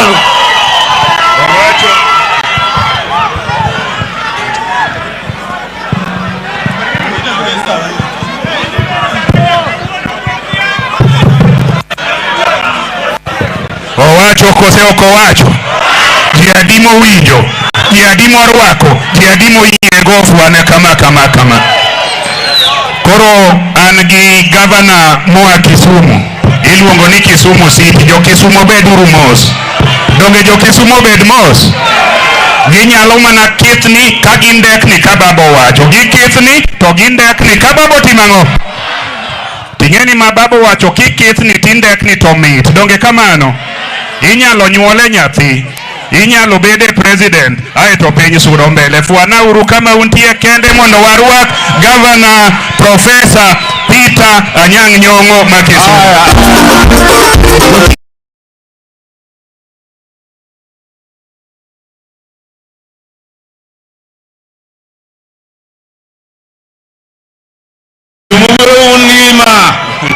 Mumor. Akelo mumos chungu nzima kutoka Kisumu. Urwako. Yomigoro uchiek. Kech bekau. Unajua maneno ka kech kayo to chiek at the same time. Kwa kani chiek urubro kete kanye. Umeka mukete. Mano karaber. Amoso ni tsauru kendo. Ana ngiwe jariyo kene marwa wacho tabet piny. Kech wadwa tiwo chulo ni jodongwa. Martha Karua, Deputy President, the Prime Minister Kalonzo Musyoka, and our leader Raila Amolo Odinga. Jomoro kwa jogo tumnabari malo kama. Urogi ngono. Toko hera. Erukamano. Mokwongo sirikal ni osebede sirikal kuwa mabot dweche auchiel. Okamano. Be useneno gima gisetimo. Be useneno. Bikasre ni gilosa. Joluo wacho ni yani bingo iro oketedo. Oyiere. Bingo iro kangono. To ng'ato be kineno ka dhi wuoth to onge kumodhiye odigni to bagni to ng'ur ok inyal luwe. Inyalo luwe adier. Sirikal ni bagni to digni. Wachauru kendo gi bagni to gi digni. Obiyo wan wacho ni yani kata Michael wa kijana wa Malwa Mudi Awori to gi Kibaki. Kendo nadi sirikal mar baro wa bar. Koteno gi Raila gi Kibaki. The thing I know about these two sirikalis, within a matter of 2 months, they have done a lot. In the North government, within a matter of 2 months, fees and primary school education. Oknotimo. Taxes were brought down. Okamano. Mpango mama endeleo benwa selos. Okamano. Tojo wangegi kwa notimo re. Benegi yao. Nyeni kikao nyako midigi oegeot. Nuse winjirugo monu duanu ukendru. To tamre yao. Nuse winjirugo monu duanu ukendru. To tamre yao. Binya lokende. Bwana Yesu asifiwe. Omiyon wang'e ni sava onge gimoro mginyalo wuondo wago. Kagi yao to gidhi dala. Wayiere. Gimwari ito ni wananchi mondo nyisi gimoro gidhi dala. Kwa hivyo tunataka maandamano. Na maandamano kwa katika katiba. Kila mwananchi wa Kenya is free to move, to talk and to express their mind. Maandamano is just a matter of moving, talking and expressing your mind. Ama sivyo? Onge nganya luta meko maandamano. Ama sivyo? Umewane wasemo kwa Kisumu. Wadu wanadi nyime. Wadi mbele. Okodwa dagni tuadigni tuang'ur. Wanyere. Sirikali ambaye ana bagni tudigni tuang'ur aende wapi? Asanteni sana watu wa Migori. Erukamana ne ukuchiek. Tukitbekaru. Chiegura chieka munduket gino kamidware. Wanyere. Erukamano. Profesa Owacho kose oko wacho. Owacho ni wajo Migori watimore nade. Nito wamed chiek. Ni wamed timang'o. Aeto wakithni, aeto wandek. Nidonge kamano. Bas. Wase gik malo kabisa. Koro kalore ka. Pamiye mana baba. Koro baba jite. En gi wende ma okanyal wacho nyinggi. Awacho mana mogik aeto amiyo baba. Ni wantiere gi jotend Azimio ma Migori County ka. Wantiere gi jo Azimio ma national ma baba bobiro goka. Viongozi wa Azimio hapa Migori, hebu enukeni wananchi wawaone mali mko. Fuane uru kama untiere. Erokamano, gin bende gintiere ka. Koro seche madhi luongo baba ni. Kawacho ni bei ya unga tuwacho na nina tuusu. Bei ya unga. Maandamano. Hello? Adwani wache motegno. Mondi winje tiende bei ya unga. Maandamano. Uongozi mbaya. Awacho mano mondo winji. Ung'e ni gik ma usu ite. Emo mi ichokorika. Ichokorika ne in. Ichokorika ne nga. Ichokori ne nga ne in. Donge kamano. Baba amekuja hapa ili tuungana na yeye, alafu tupate mwelekeo mpya ile inatuelekeza mahali tutapata vitu vizuri. Kwa hivyo tuko hapa kwa sababu kila kitu, bei ya unga, njaa, ukosefu wa kazi inatuhusu sisi. Na hakuna mtu anaweza kutusaidia labda baba imanya lokonyo. Wadonge kamano. Emomiyo adwaka uthuoloni kaka gavana mane umiyo teko ni monda luong baba mondo siemnwa kuma wadhiye to kanye mwadhiye te Baba ndio.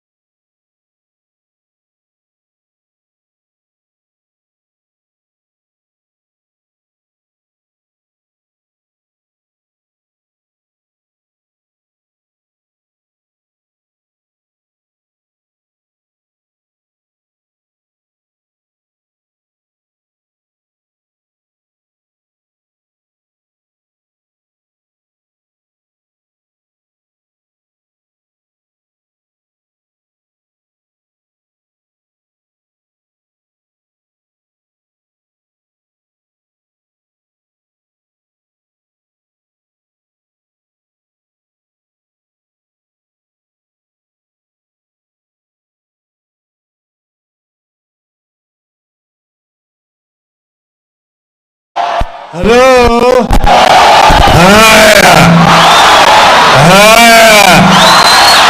Yuturo more. Tukena more. Win. Uchiek. Aerukamano. Kuna makawuono ni. Ochalo sawo mogik mane Yesu timo. The Last Supper. Okamano. Emomiyo nyogi wang'ado ni bang' kwaselego Nairobi wabiro Migori. Winjo kamano. Koro Migori ka emadwa kuong'ora gi jogo nyanam. Winjo maber. Ka kuna dokora kodu. Omiyo an kaka joma ber wuotho go. Adwaro luonggi mondo gilos kodu. Winja kata biro tieko. Taka tieko ni pepure kodu duto. Ithuro yie kamano. Kuna luongo ni mokwongo iluongo ni Stephen Kalonzo Musyoka.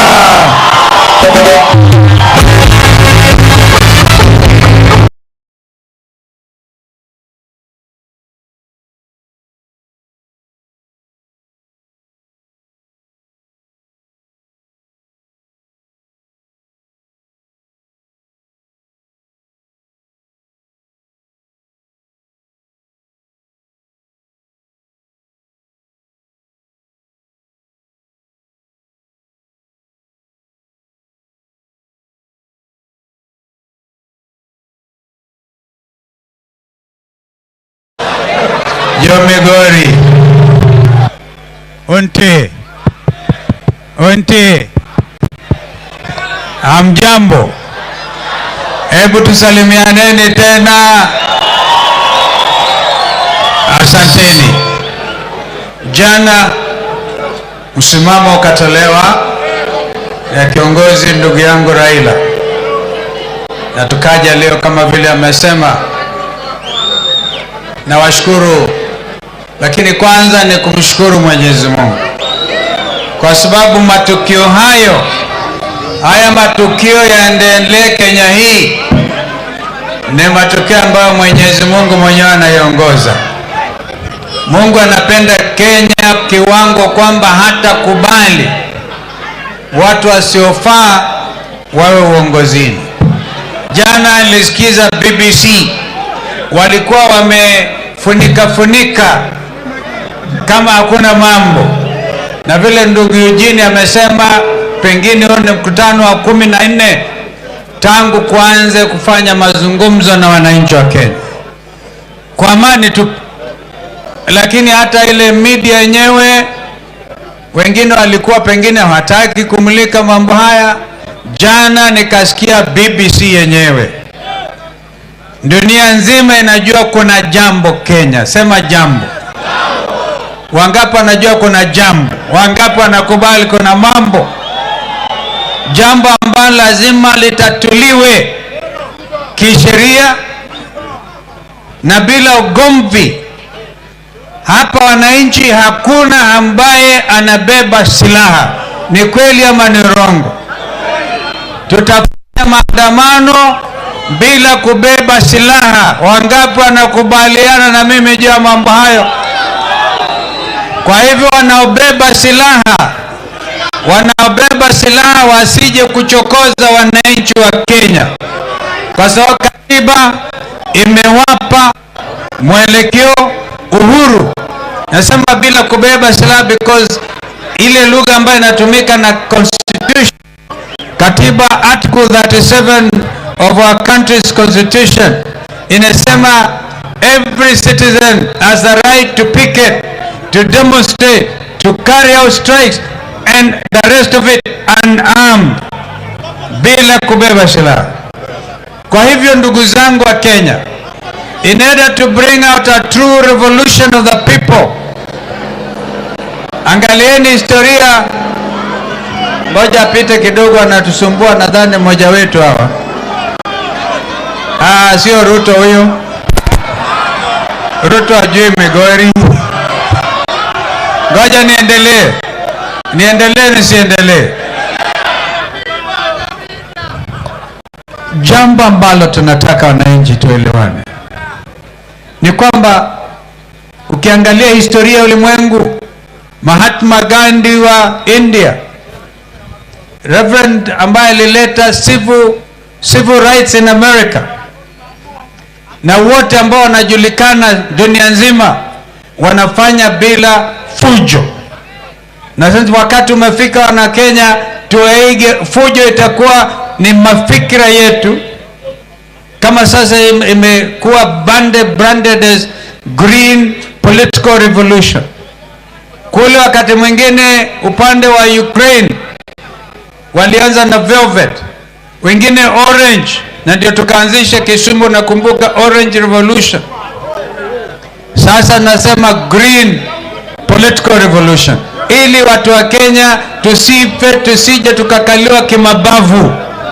Wacha nimalizie. Sasa hivi, sasa ninavyozungumza, nitawapa mfano moja. Daktari ambao wamesomesha na wazazi walipa ushuru, wanasoma na ujue upate kuwa qualified as a medical doctor, unatumia pesa nyingi sana. Lakini wengine hata sasa hivi wanaendelea na kujinyonga. Doctors are committing suicide. There are 4,000 qualified Kenyan young men and women qualified as medical practitioners who cannot practice, cannot get employment because of the corruption in this country. Wanajinyonga na wazazi hawana namna. Kulingana na World Health Organization, inapaswa kikundi cha watu 1,000 wawe na daktari mmoja. Hapa Kenya 1 doctor to 10,000 people na zaidi. Now instead of employing 4,000 young men and women who are medical doctors, tunawaachilia wajinyonge. Kando na kutokuwa na chakula na kuna njaa na watoto hawana njia, hata wale ambao walienda form 1 anaileta junior secondary, wengi hawajaenda hata kwa hiyo shule kwa sababu hawana wazazi, hawana namna ya kujimudu. Kwa hivyo wakati wa mabadiliko ni sasa. Wangapi wanasema ni sasa? We shall do this in a very orderly manner. Kumbukeni, mimi na ndugu yangu Raila 2013 tukaibiwa kura, tukaenda kwa hiyo mahakama, hatukufaulu. Tukasema hatukubali, kina Willy Mutunga na wenzake, hatukubali, lakini ni lazima tutii hiyo sheria, uamuzi huo tukatii. In 2017 tukarudi tukawashinda. Ni kweli si ni kweli? Wakatuibia tena, tukaenda kwa mahakama kuu kwa Justice Maraga, Chief Justice Maraga akawa na ukakamavu na nguvu ya kiroho na mafikira kufanya uamuzi wa haki. Halafu tukasema bila kuwa na level ground hatutakubali. Lakini Uhuru akawa na maarifa, akaona nchi itapasuka, akasema ingawaji mambo yako namna hii, akatafuta ndugu yake Raila Odinga. Swala hilo likaleta amani Kenya hii. Wengine wanamshtumu Uhuru Kenyatta. I can tell you as we speak, Uhuru Kenyatta is attending the United Nations Security Council kujaribu kusaidia ndugu zetu wa DRC. Wenzake hawa walifanyeni baadaye? Shutuma, kutojali, kusema mutadu. Wanasema Raila na kina Kalonzo na Martha na Orengo na Anyang' Nyong'o na timu yote hii na my brother Eugene na my brother Paranya, our mindset yanasema you can do as much maandamano as you can and nothing will change. Wangapi anasema watachange wapande wasiwasipende wakubali mambo haya? We are Kenyan, every Kenyan taxpayer, kila Mkenya ambaye analipa ushuru ni mshikadau wa uchumi huu. Nataka nikukumbushe moja wa advisors wa Ruto, anaitwa David Ndii. Amesoma uchumi kama senator wenu. Nakumbuka tukiwa Kakamega after 2017, alikuwa mstari wa mbele kusema we will now amend our constitution in order to provide for secession. Yani watu wajitenge. Kama watu kama Gachagua anasema Kenya hii ni ya washikadau fulani, wengine ambao ni walipa ushuru wataenda wapi? Nakumbuka David Ndii, kwenda mkumbushe mkubwa yako kwamba that is what you said. Maybe the time had not come. This could be the time to revisit this matter. Haiwezekani kwamba Raila anashinda tena ashindi, anashinda tena ashindi. Haiwezekani. Tukapindua msimamo kidogo. Ndugu Raila akaja akanishawishi. Tulikuwa One Kenya Alliance na dada yangu Martha, Gideon Moi, hata Jirongo alikuwa na sisi One Kenya Alliance. Wakasema ndugu, wacha tuchukue Martha, tupindue mpango huu. Bado akaibia Raila na Martha. Mnataka tufanye nini? Yani tukubali tukila wakati? Wangapi anasema haiwezekani tawe? Now, this is going to be not just a matter for Kenya, but a matter for Africa. That struggle, as my brother Eugene Wamalo has said, has now come to the second phase. Maybe there will be a third phase. Maybe there will not be a third phase. Maybe this matter will be sorted out within the second phase. But we belong to this nation. Hii ni nchi yetu. Na haiwezekani mtu fulani kusema mambo haya haikubaliki. Na washukuru gavana Peter Nyang'o. These are champions of the struggle. I've read Peter Nyang'o's article today in one of the media houses. He's talking about illiberalism and tracing the history of where this country has come from. You cannot touch Kenyan Constitution 2010 and pretend you can be a leader. Tunajua wengine walipinga, lakini wenyewe wanafaidi kutokana nayo katiba. So, my brother, senior counsel, Jim Orengo, you have done very well. Na Jim hachoki. Like what you have told the Kenyan police force, not to be misused, because at the liable. Kama unakuja na kuanza kuwa wananchi ovyo, dunia inaangalia, and you will be held liable. My brother Ochilo Ayako, I congratulate you for standing strong.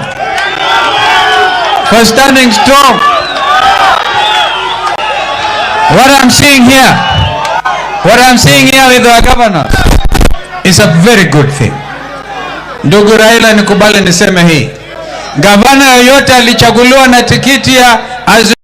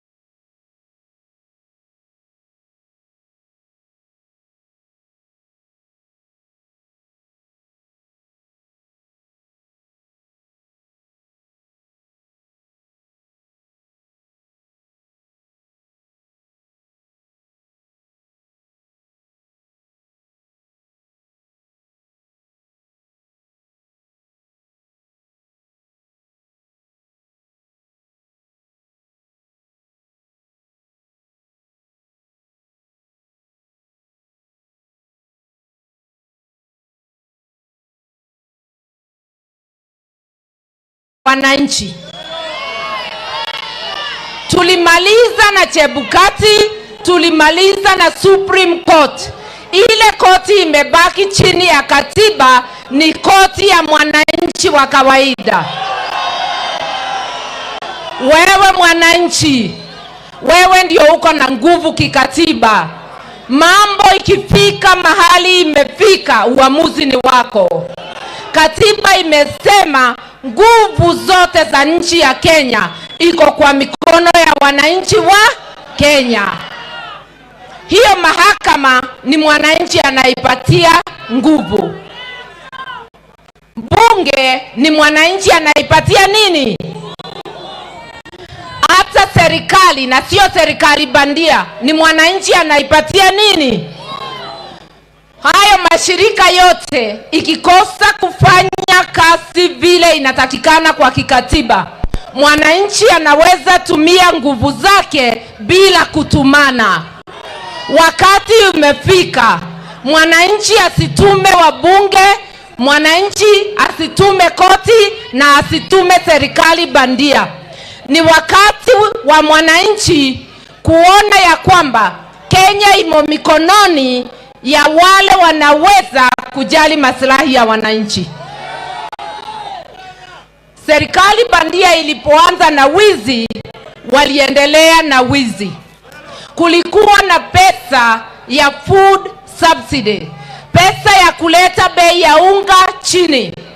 Hiyo pesa ilikuwa kwa bajeti, tulikuwa tumeikagua na baba na tulikuwa tukiona iko na ni ya kutosha ya kulisha wa Kenya. Bado hiyo pesa iko, lakini hatuioni imeenda wapi? Kwa mifuko ya watu. Kulikuwa na pesa ya matibabu, ikawa kwa bajeti na baba akawaambia hiyo pesa itakuwa ya baba care. Pesa ya baba care imeenda wapi? Kulikuwa na pesa ya kusaidia watoto wetu wasome bila malipo, msasi asije akataabika. Na tulikagua bajeti na baba na wataalam, tukaona iko pesa ya kutosha. Kutoka Januari mwaka huu, msasi asiitishwe pesa. Tunakuuliza mwenye serikali bandia, pesa yetu iko wapi? Pesa yetu iko wapi? Mwananchi Mkenya, mimi nataka kukuambia, hii si vita ya kinara wetu Raila Amolo Odinga. Hii si vita ya Azimio. Hii ni vita ya mwananchi Mkenya. Anauliza, je, pesa yangu iko wapi? Pesa ya kuteremusha gharama ya maisha ndivyo niweze kununua unga iko wapi? Kwa nini nilale njaa pesa yangu ikiwa imechukuliwa na majambazi? Kwa nini nife nikikosa dawa pesa yangu ikiwa mfuko wa majambazi? Kwa nini mtoto wangu akose kusoma pesa yangu ikiwa mfuko wa majambazi? Kama Wakenya lazima tuseme enough is enough. Lazima tuseme enough is. Hii ni saa yetu ya kuambia serikali bandia, mujiondoe wenyewe au wananchi wamuondoe. Na msitustishe. Wewe polisi uko na shida tu kama hawa wananchi. Hakuna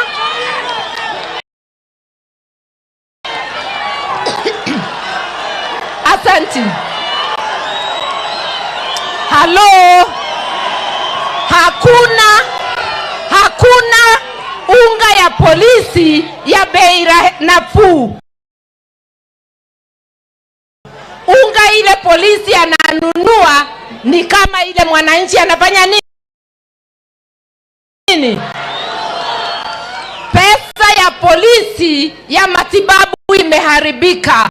Sasa hawapati matibabu vile walikuwa wanapata. Wewe ofisa uko na shida kama hawa wananchi. Wacha tukutetee wewe ofisa, wacha tukutetee. Niko tayari kulipa gharama.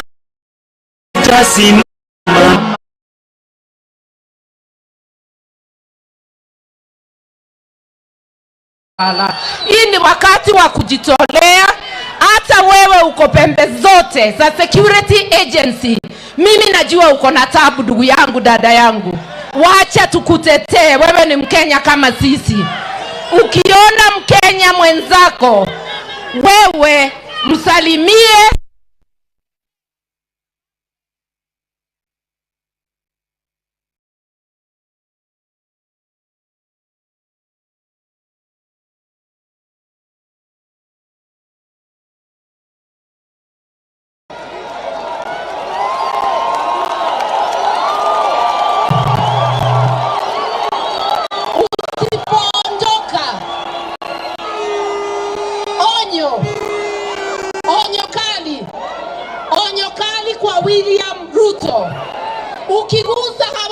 nchi, ujue utangojewa kule Hague.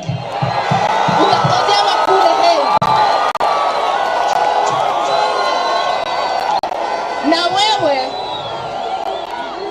Na wewe askari, usipotoshwe upelekwe Hague na mtu ambaye ashaenda Hague. Ujue, asante, hiyo nimekubali.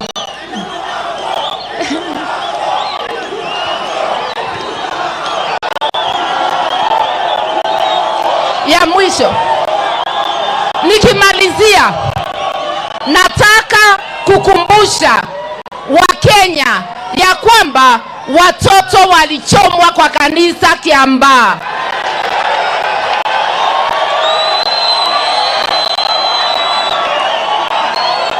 Nataka kukumbusha Wakenya, washahidi wengi waliuawa.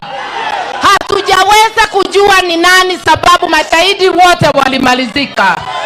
Lakini tunatoa onyo kwa serikali bandia. Wakenya hawatasimama maovu ya kitawala.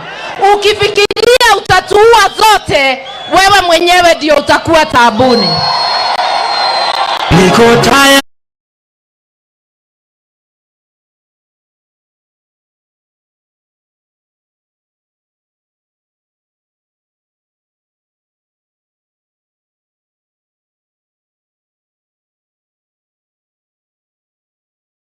Supreme Court. Mimi mwenyewe nimetaja mara nyingi tulishinda, na ni kweli tulishinda.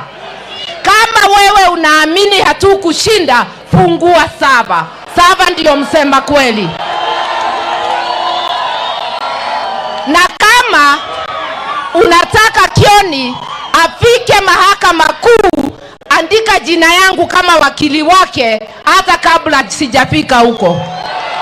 Niko na maswali ya kuuliza hiyo mahakama, na hakuna jaji hata moja ako na miaka yangu ya kisheria. Niko tayari.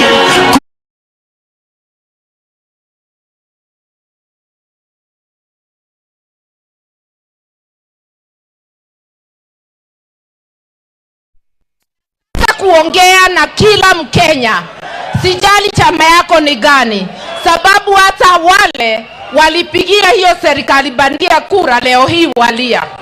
Mimi nakuambia, hii ni safari yetu ya kipekee ya kuokoa nchi yetu isisambaratike.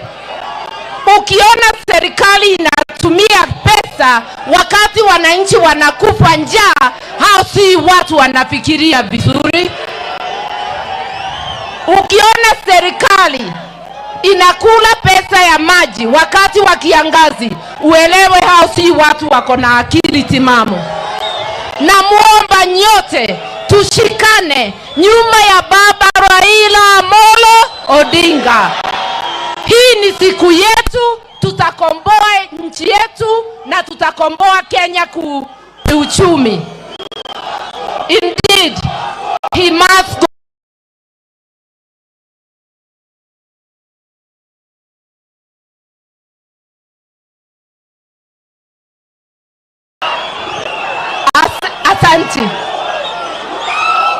Asanti. Sasa bila kupoteza wakati, wacha niite kinara wangu, kiongozi wetu Raila Amolo Odinga. Stand up for your right.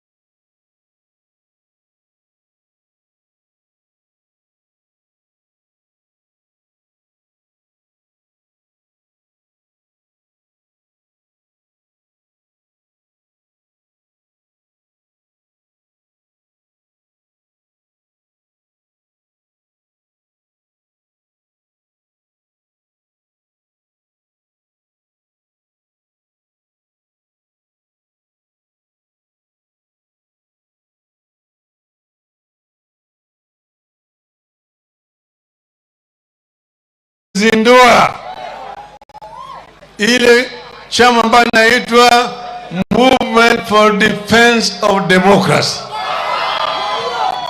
Na kwa sababu gani? Tarehe 22 mwezi jana ya Februari tulitoa ilani kwa serikali, kwa hii serikali ya Bwana Ruto. Tukawaambia tunataka ndani ya siku 14 vitu vitatu vifanyike. Kwanza, gharama ya maisha, bei ya chakula, unga, mafuta, sukari, omo, karo ya shule yashuke chini ndani ya siku 14.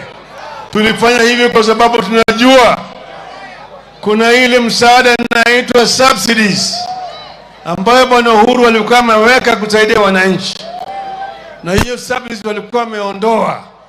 Tukawaambia warejeshe hayo ndani ya siku 14. Pili, tukawaambia tunataka haki ya uchaguzi, electoral justice. Kasema tunataka ile nyungu ya kuweka matokeo ya uchaguzi sava ifunguliwe, ikaguliwe, ijulikane Ruto alipata ngapi na Raila na Martha walipata ngapi. Tatu, tukamwambia ya kwamba tunataka kuundwa mpya ya tume ya uchaguzi, isifanyike na Kenya Kwisha peke yao, mpaka walete washikadau wote, watu wakae chini wakubali vile hiyo tume itaundwa upya kwa sababu ya kazi ya Bwana Chebuchetha. Sio hivyo? Haya yalikuwa mambo matatu peke yake. Bwana Ruto hajasema chochote, amekaa kimya, amezidi kufanya mambo yake bila anapenda. Akaweka sahihi ile jopo kazi mpya ambayo itaenda kutengua hiyo tume ya uchaguzi. Ameweka sahihi, hajasema chochote, ni kama sisi hatukuzungumza. Mambo ya gharama ya maisha yamebaki yale yale. Mambo ile ya saba vile vile yeye amesema ati haikubali, katiba yasema ati saba itafunguliwa. Tulimwambia kwamba tuko sasa na thibitisho ya kwamba matokeo ambayo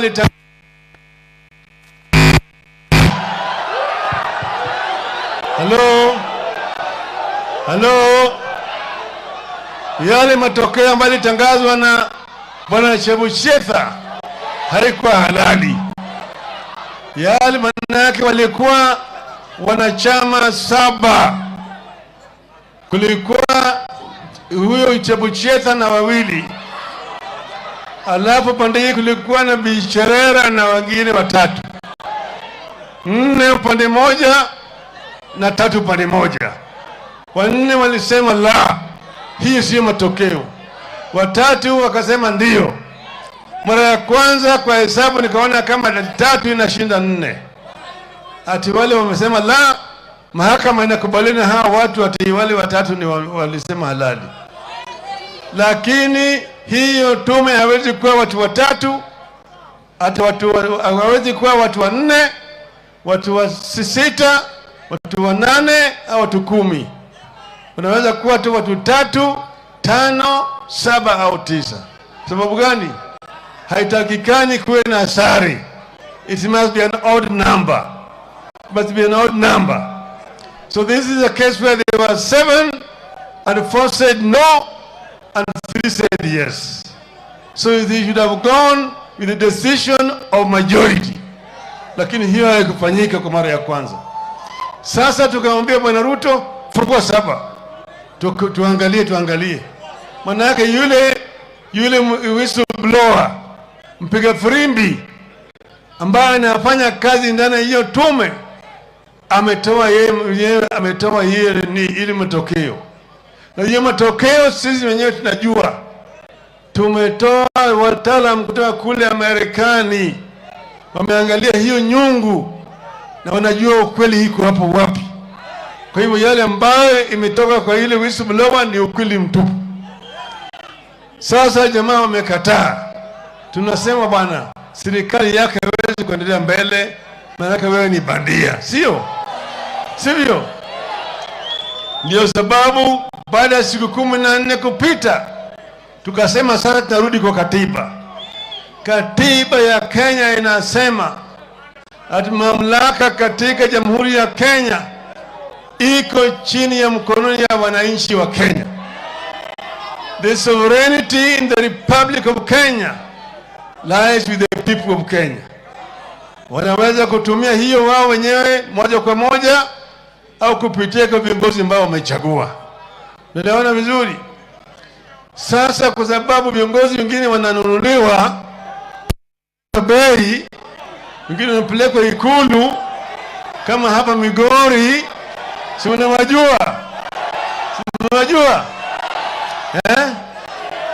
Sasa tukasema wananchi wa Kenya watatumia hiyo nguvu yao. They will exercise their sovereignty directly. Maandamano, picketing, boycott na kadhalika. Kwa mfano hii kampuni ambayo inaitwa Safaricom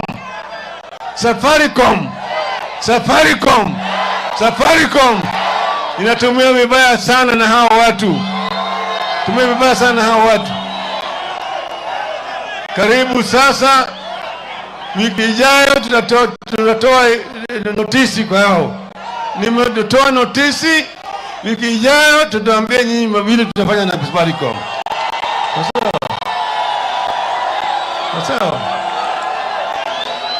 Sasa tumesema kuna makampuni kadhaa ambayo tunajua ambao wanatumia vibaya na hao watu. Natuambia nyinyi hiyo kampuni mwache. Hii chakula msikule. Hii gazeti usinunue. Hii radio usisikie. Tumeelewana vizuri? Haya yote yanakuja. Mgomo vile vile itakuja. Mayai.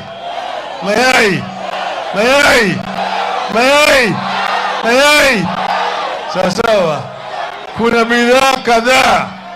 Makao makuu yetu itatoa taarifa kuambia nyinyi bidhaa haya tunawachana naye. Hii transport haya tunawachana naye. Sawa. Tumeelewana vizuri hapo? Kwa hivyo sasa ni wakati wa kufanya kazi. Na baadaye tarehe 20 Jumatatu ile nyingine inafuata. Tunaenda wapi? Lakini hapa Migori, tulikuja hapa Migori na sababu yake. Sasa nirudi kwa ndugu yetu. Jo Migori moko gadogo ni urukamano. Diga mara lupario ga parga berio.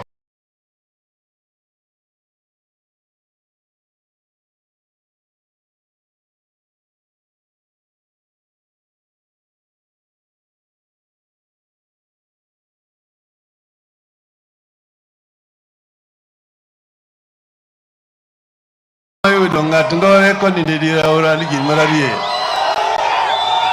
Tino dio wacho ni mara ni mama yudo gimoro gimoni dira ora gimararie.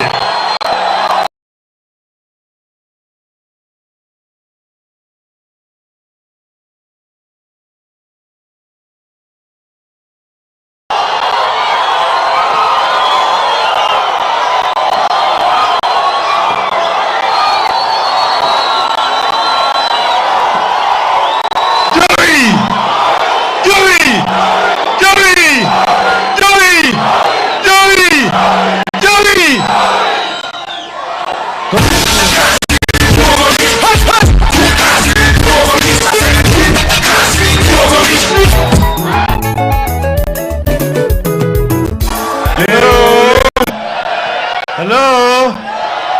Yodurwa. Kwa blogaro nusigana. Adwa kono sigana manago dire moro choncha. Sigana mar kech kod oro. Uwinja ni maber. Ne nitie dire mag oro ma dung ahinya, oro mandiwa. Kodho kene chwe. Koro jodongo nodhi ka juoga. Moko na juoga nto watima ngomo ndo kameno ochwe. Koro jabilo. Noruda bilo. Tata yalo. Tokoni gini nanono mak nyako moroka. Nyako ni maka nyango mako nyako chamo. Kutimanya nyango chamo. Tokot buru chwe. Nyako ni lungo nyinge ni Waganda. Tuweni Waganda. Koro nodhi mamachi Waganda. Imotimre. Jodongo wacho. Majogo wacho. Waganda wacho ni kane manyang nyaka chama. Mondo kotho chwe tayie. Uwinja. Koro Waganda nowuok kakoro dhi enam mondo nyango chame. To nower kama. Ni go Garuna. Waganda dhiyo go Garuna. Mondo nyango chame go Garuna. Mondo kotho chwe go Garuna. Go Garuna. Go Garuna. Waganda dhiyo go Garuna. Mondo nyango chame go Garuna. Mondo kotho chwe go Garuna. Go Garuna.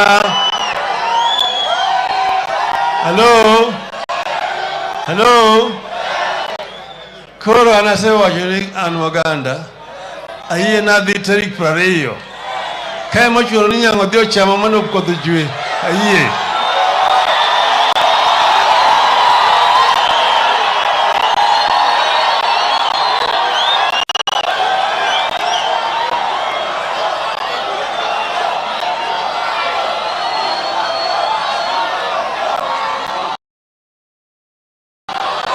Hello.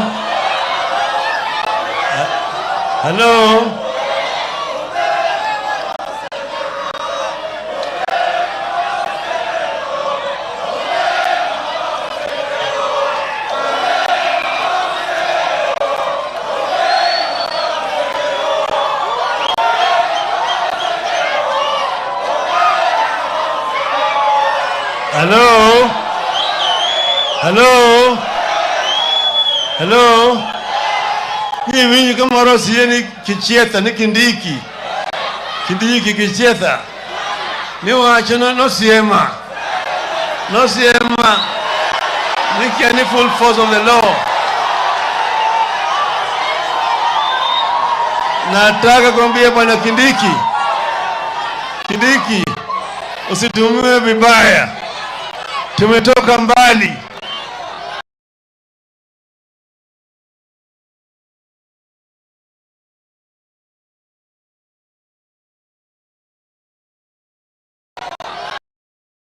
Sisi tumejua haya mambo yote. Vitisho tunajua. Lakini sisi tulikuwa tunasema hata nini ikifanyika tutaenda mbele. Haturudi nyuma, sio? Tulisema nipigwe teke sitarudi nyuma. Nipigwe teke. Nipigwe teke. Nipigwe teke. Nipigwe pingu. Nipigwe pingu. Niwekwe jela. Niwekwe jela. Hata Ruto waseme sisa tutarudi nyuma. Ruto waseme sisa tutarudi nyuma.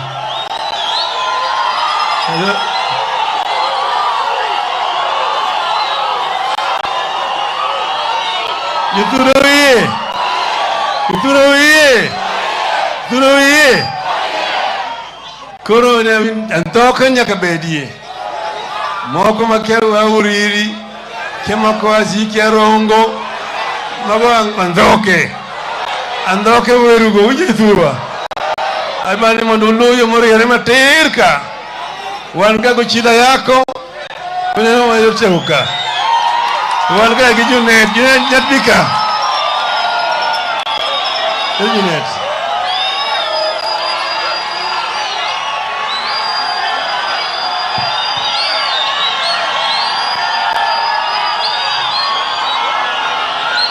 Ere wala awol. Awol wala mandere. Anka. Ere net full network. Ere Fatuma. Ere Fatuma.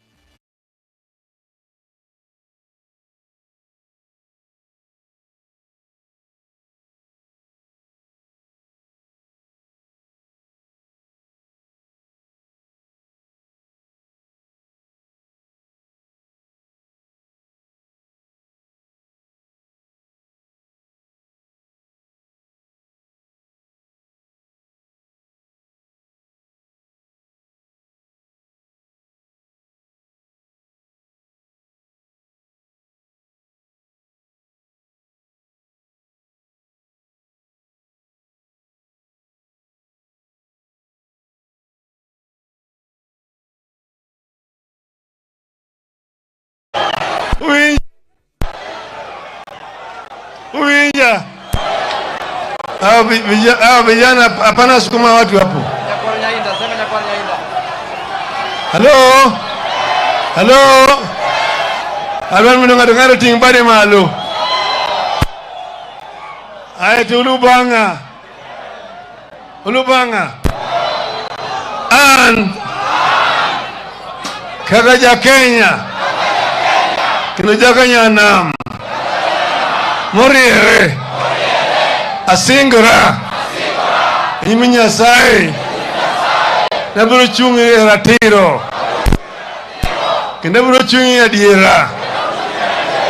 Munda neni Kenya lokre. Munda loj mabero dugi thurwaka. Tarik prario. Aburo timo gimana mana manyalo. Munda neni wachno dhi nyime. Nyasaye mondo konya. Erokamano. DJ, pana leta mchanganyiko.